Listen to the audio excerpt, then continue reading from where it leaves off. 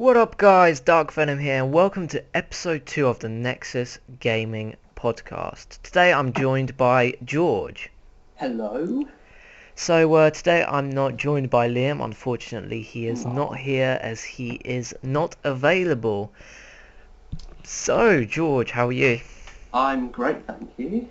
And here is a very important question I'm gonna ask you straight away. Are you gonna be joining the Nexus Gaming Podcast permanently? Well, we'll have to wait and see, won't we? But it's definitely a possibility, I'm sure. Yeah. So guys, be on the lookout. George may be joining us. We'll still see. We're not sure. Liam is definitely a permanent member. It's just today he's not available, therefore he can't record. But we're going to try to get him on next week.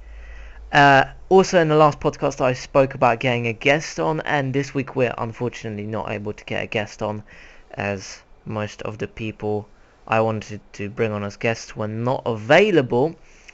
But you'll have to see next week if we do bring on a guest.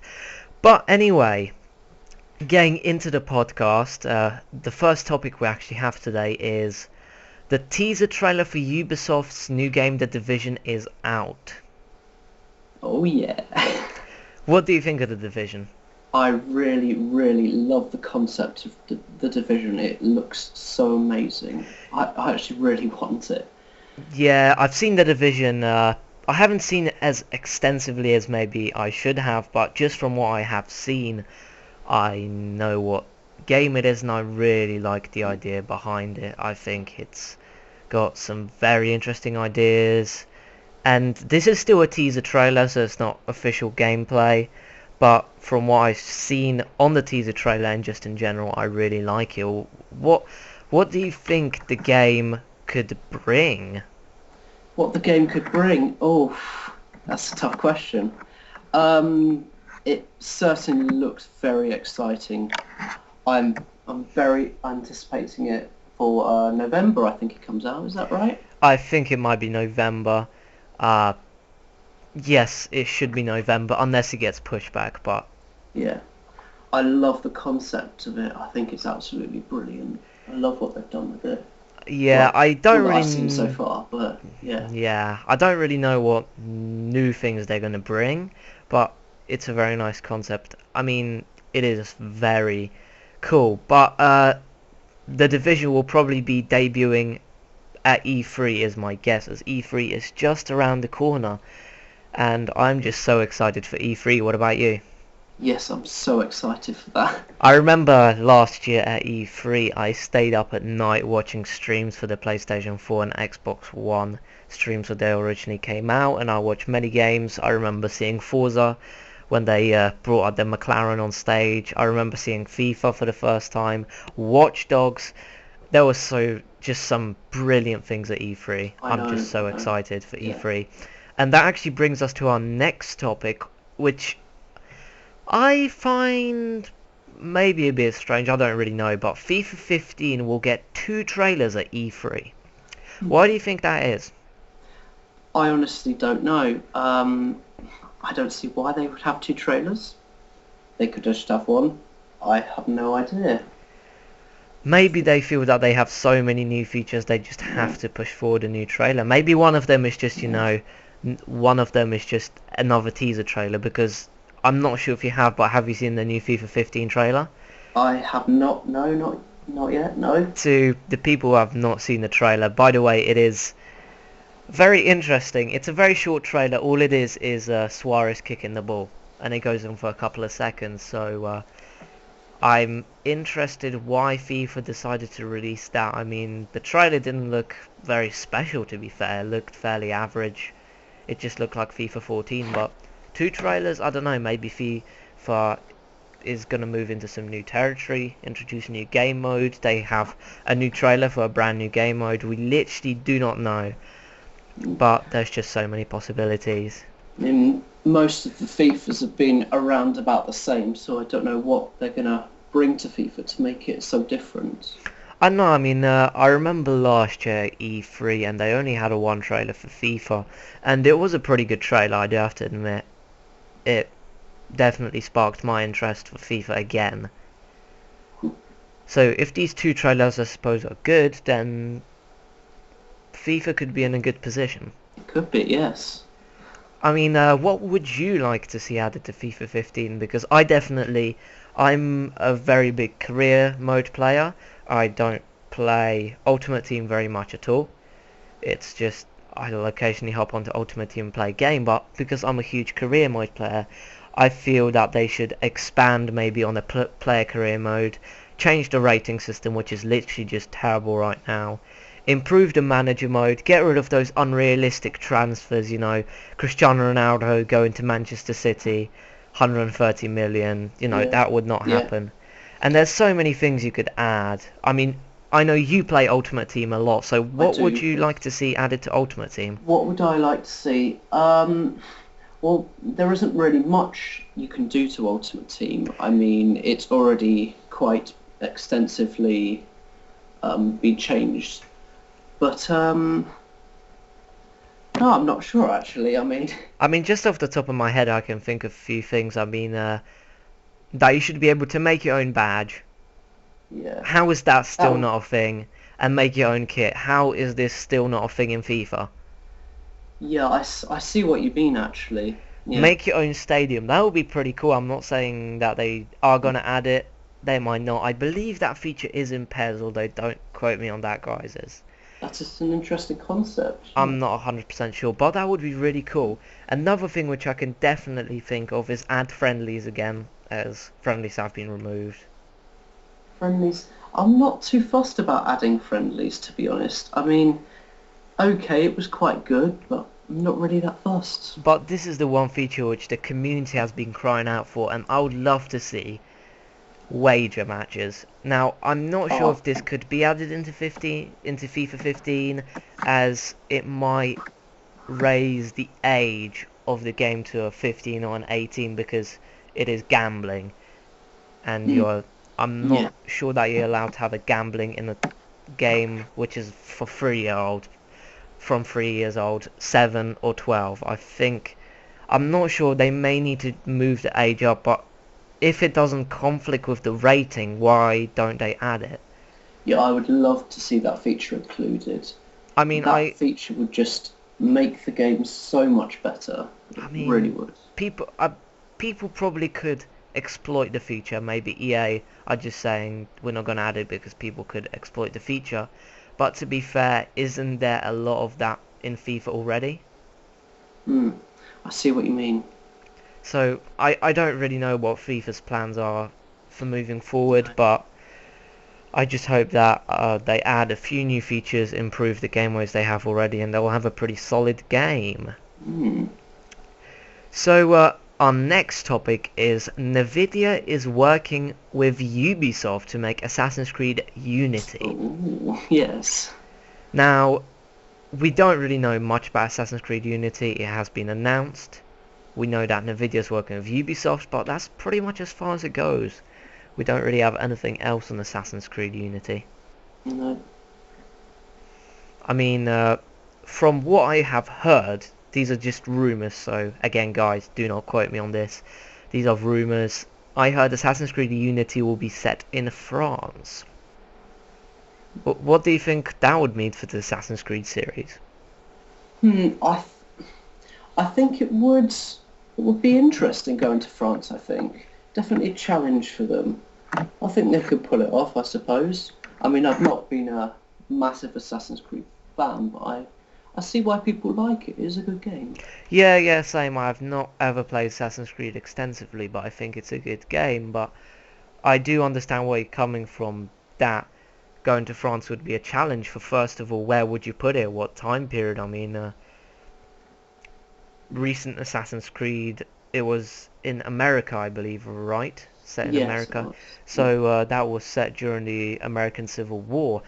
At what time period would you set it in France? Are we now going to start moving into the more modern day France, or are we? I mean, literally, I have no idea. It's be very interesting. I wouldn't like to see it go into modern day because I think it might ruin it. I think just the modern day parts of Assassin's Creed aren't very good. No. But it's also interesting to see because there have been reports that Ubisoft have actually said that there is not an unlimited amount of Assassin's Creed games. They are actually planned, so Assassin's Creed will have a finish. So do you believe this could be the end of Assassin's Creed, or are we going to have a few more games? I don't know, we're going to have to wait and see. Yeah, I suppose. I don't think they're going to end Assassin's Creed yet. I mean, it's one of their biggest titles. Yeah, they've got too much to do. Yeah. If they're going to finish off the game, I believe they should finish off properly. So, you know, make a huge game that's going to be absolutely brilliant. Yeah. But yeah, I don't know what else they could add to the game, to be fair. No, it seems a bit same old to me, so... So, I suppose they will finish it soon, but when, I have no idea. So, stay tuned on Nexus Gaming Podcast, and one day, maybe next year, maybe next week, we'll be saying we called the end of Assassin's Creed, and we thought it was Unity. So, you heard it here first, guys. Assassin's Creed Unity is the last ever Assassin's Creed. No, I'm joking. We don't know. But next piece of news is Dead Rising 3 is going to be coming to PC in the summer. Now, I literally just do not know anything about Dead Rising. So... No. Yep. I really don't know what to say about this. I mean, Dead Rising 3... I don't know, was Dead Rising 3 already out? On consoles? Yes, I think it was, yes. And it just wasn't on the... No, it wasn't on PC. So no. So it's basically just coming to PC, but how? I mean, that's fairly interesting. Dead Rising 3 was actually was announced in 2014. Yeah. It was released on 2013 and it was announced in 2014, which is this year, that will be coming to PC. So it has been out, but it's only been out on Xbox One, not PlayStation, not Nintendo, not anything else. So I find that a bit surprising that it wasn't out on PC, that it was out on Xbox One first. Yeah, it is rather surprising. Because Titanfall was an Xbox One exclusive, but that still came out on PC. Yeah, I would have liked to buy Dead Rising, but unfortunately I don't have an Xbox One, so... Oh, so were you looking into buying Dead Rising? Yeah, I was actually, yeah. I seriously have not seen any... I haven't even heard that much of the Dead Rising series. I've heard someone say it's good, but that's as far as I've heard about it. So that's fairly interesting. That'll be coming to PC. And do you think it'll be coming to Steam? Hopefully, yes. Hopefully. Because I know if it will be on Steam, it'll be much cheaper. So I know many people will be happy with that. But the next piece of news is actually quite interesting. The Xbox One controller now works on PC. Now, I'm just fairly interested about this topic just myself, because I know the Xbox 360 controller worked on PC, because I've played a few PC games with the Xbox 360 controller, and I don't particularly like the Xbox 360 controller, but I have played. Now, one thing which I would like to say is I've actually tried hooking up my PS4 controller to my PC. Yeah, I've tried that as well. And it works on Steam. For those of you who don't know, if you have a PlayStation 4 controller, you just all you need to do is get the USB cable, the USB to USB mini, plug your controller into your PC, go to Steam's big picture mode, and you could play certain games with PlayStation 4 controller. As far as I'm aware, that worked with PlayStation 3 as well. But one thing which I know for certain is PlayStation 3 did not work with PC. So I was rather saddened by that, but oh well. Because I know you can, I'm not sure, can you use Xbox One controller of Steam's big picture? I'm not sure, I haven't tried it. Or I haven't got an Xbox controller, so... Yeah, or have they just, are they now adding the feature? Was it never available before? Yeah, I'm guessing they've just added the feature. Because I know Oh, definitely you cannot use but PS4 controller for PC. You can only use it for Steam Big Picture mode. But the apparently the Xbox One controller did not work with Steam, which I actually find very interesting. As to be fair, Xbox One's developed by Microsoft, so you'd think that the Xbox One controller would be on the PC straight away, wouldn't you? yeah, yeah, I thought that as well. Who knows? I Who didn't knows? actually even know, but that's fair enough. That's quite interesting. So the second topic today is Tomb Raider developer announces new game at E3. Now the last Tomb Raider game was absolutely huge.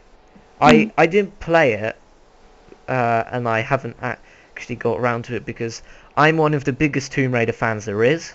I've played all the Tomb Raiders apart from the new one. I had the first couple of Tomb Raiders on PS1, which is a Oh, bit of a blast from the past. But I had them on the PS1 and it was absolutely awesome. But the new Tomb Raider game, I don't know. I don't know what to think of it. I mean, I've seen the latest Tomb Raider and the new one. It was a more violent update on the Tomb Raider series. It was a origin story of how Lara Croft became the Tomb Raider. It was a story about her younger self. And I'm just interested, will the new Tomb Raider be a continuation from her young series, or will it go back to her old series, carrying on from Tomb Raider Underworld? So that's all we have to say about Tomb Raider, as not much has been announced about new Tomb Raiders. Again, on the week of E3 we will have so much news to bring you. We may have to bring you more podcasts than just one a week. yeah, I'm not promising more podcasts, but I'm just saying we may bring more than one podcast, and we may bring a few shorter podcasts just to update everything yeah. about E3. But speaking of E3, Forza Horizon 2 is 1080p. Hmm. Now, I really don't know what to think about that. I mean, to be fair, they announce it like it's a big deal, but it's really not, because all games should be running on 1080p, and if they're not, that's just embarrassing.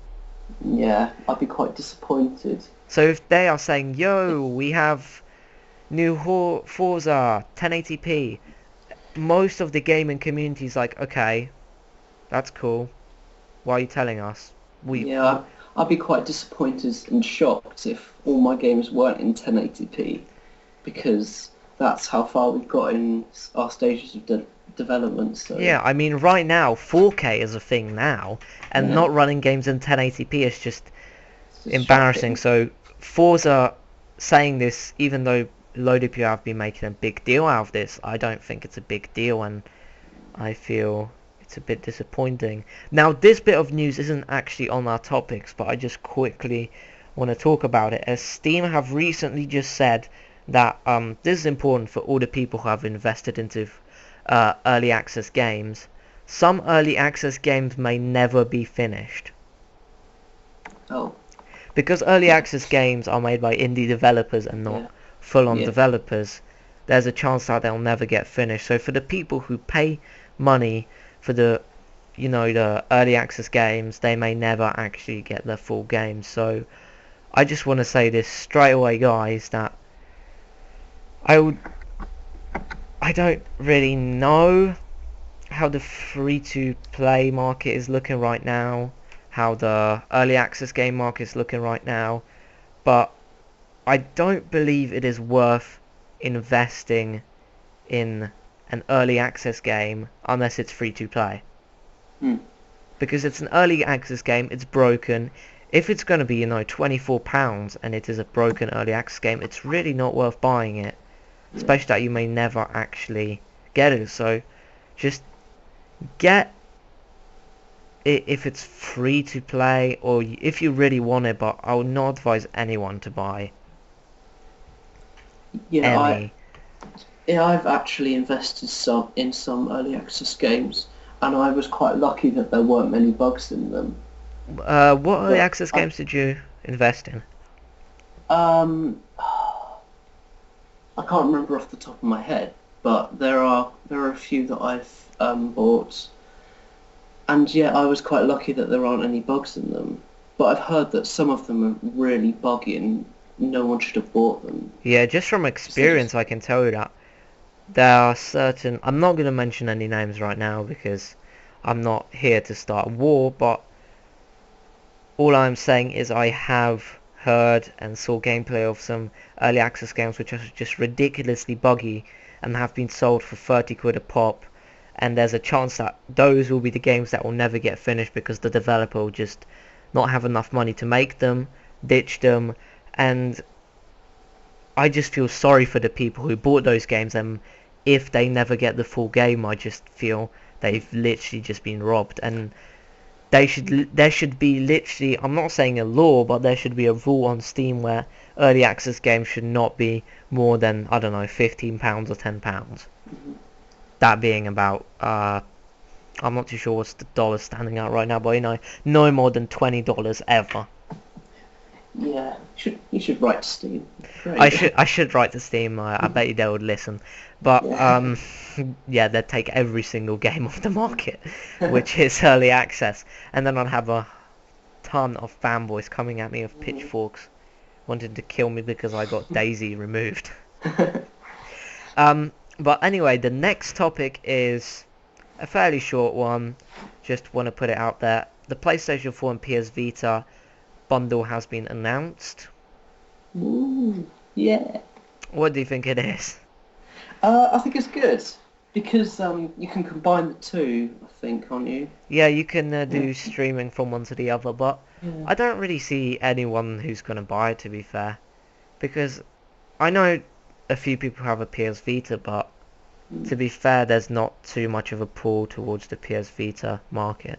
I mean, literally, most people would rather get mobile games than pay for a PS Vita. Or I'm not too sure how the PS Vita market stands, but from the people who have a PS Vita, I've either heard it's brilliant or they played it once, put it down, never played it again, and sold it. Those are the two comments I have always heard, so it's pretty interesting to see if that will sell at all. I suppose it will sell, but will it be a good deal? I don't know. I'm not sure. The price hasn't even been announced yet, and that's basically it. But the next topic is fairly controversial as far as it goes. So the new Xbox One update boosts console's GPU power. Now, I am not sure what are they going on about, but I'm pretty sure that is not a thing. Well, the only thing I can literally think of is they capped the power of the Xbox One at the beginning. Yeah, that's what. And this update just made it. But if they didn't do that, how could this be possible? Yeah, I'm not sure about that unless they're speaking absolute rubbish. I mean, I think they are just speaking out their arse right now. Yeah. Because that is just complete and utter ridiculous. They could have capped it, but why would they cap it? Why would they? So, Exactly. What would be the point of them capping it? I don't know. But this is... Why is Xbox One just saying this so people think that their GPU is now more powerful than a PS4? I'm not saying that it is. I really don't know what, first of all, is the point of this.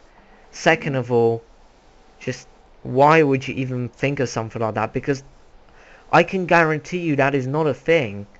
Yeah.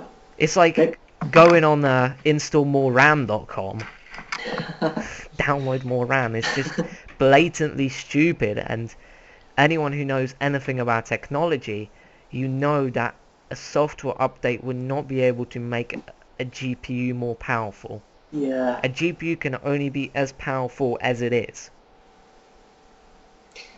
Well, yeah. I mean, I'm pretty sure I'm not sure if you do, but you may know more about this topic than me. I'm not sure how much you know about GPUs, but just from your perspective, do you think in any way it is possible? Maybe I am speaking out my arse right now.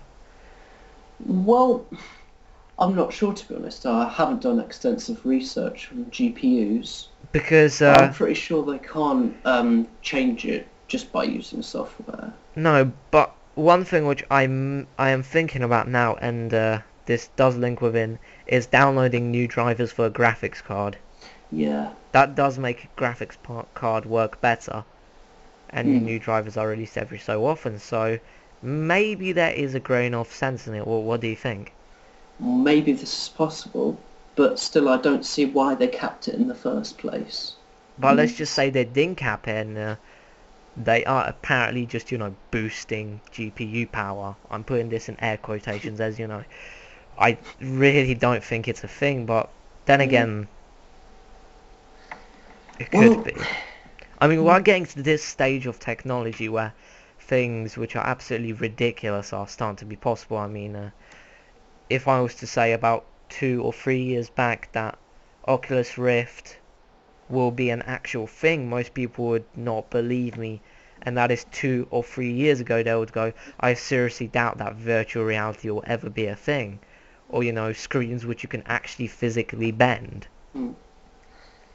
Yeah, technology has advanced so much in the last couple of years. So much.